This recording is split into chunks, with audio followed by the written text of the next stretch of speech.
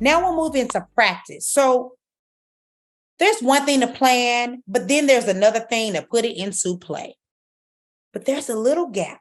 Before you press play, for everybody who remembers the VCR button, there was a pause, there was a fast forward, and a play. So before we can fast forward, I want to make sure that we have space to think about the supports that are needed to shift and scale PL.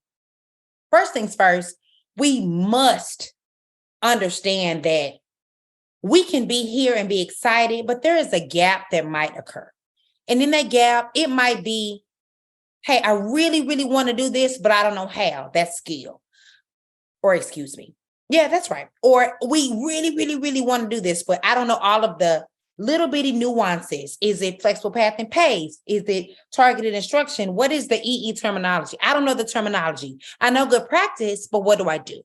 But then there's a space for individuals who don't realize that their capacity is there. You have a lot of people in our industry, in our field, and in our craft that know they don't have time.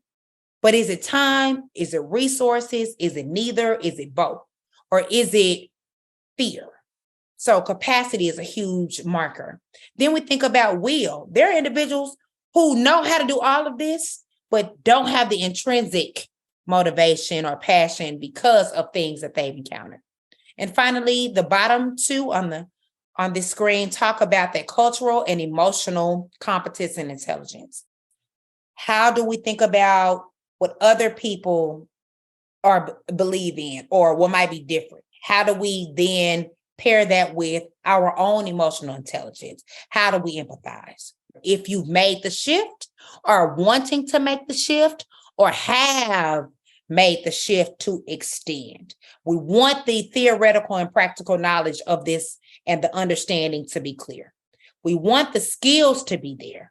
And if you want to get deeper into the skills, that's where EE can come in. So when we're minding that gap of understanding and being very clear, you have pockets of excellence. Let's find it, expand it, and name it.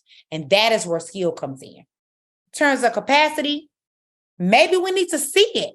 There might be things that are going on that are amazing, but how do we then capitalize on the time, resources that we have to make sure that it is then extrapolated to support the other dimensions? So emotionally, can we do this? We know we're doing a good job, but emotionally, can we do it? How do we then lift what's already great and expand and turn this emotional dimension into a physical one? Cultural competence is important. We all come from different walks of life, different biases. We all have a different understanding. But how do we really take that to say, hey, we are all different, and this takes place in personalizing learning? After all, the root word of personalize is person. And in the same vein, being able to manage those emotions, being able to say, hey, this is how we are not only made aware, but how do we then practice empathy? Lots of talking, want to make sure it's lots of processing. I want you to consider if you're thinking about shifting, if this is something that makes sense to you, no matter your role. Roles are off the table. We are really trying to determine if you think about those domains, knowledge, skill, capacity, will, cultural competence, and emotional intelligence, where do you feel you fall? Or if you have to make decisions for teams, what is the metric? For the people who are scaling, consider the same. Where are you now? Not where you started, but where are you now? And there are a few guiding questions there to help you process for those who have not just shifted, but are trying to scale. So as we plan today, there are a few things that we want to consider. And the main thing is where you are on your own PL journey. So maybe you have a grade level or content area in mind, and you feel as though, again, they would greatly benefit from the common language and planning opportunities to design. Or perhaps you do have some interested team members who have heard about the playlist, they've heard and used choice boards, or maybe they've even practiced flip instruction in the classroom, and they want to explore and expand, especially if they want to share out what has worked and what hasn't worked and how they have transformed their pitfalls into peaks. And then lastly, you could also be in maybe year 2, and now you're focusing more so on scaling. So what you're more so wanting to do is iterate what worked and use that to share with the rest of your campus and with the rest of your grade levels how those things worked. So maybe you're in the beginning of your journey, and it matters not your role. This is the thing. This is not a hierarchical space. This is a space for solutions. So if it's a teacher-led, student-led, administrator-led, none of that matters. Where are you with your big star?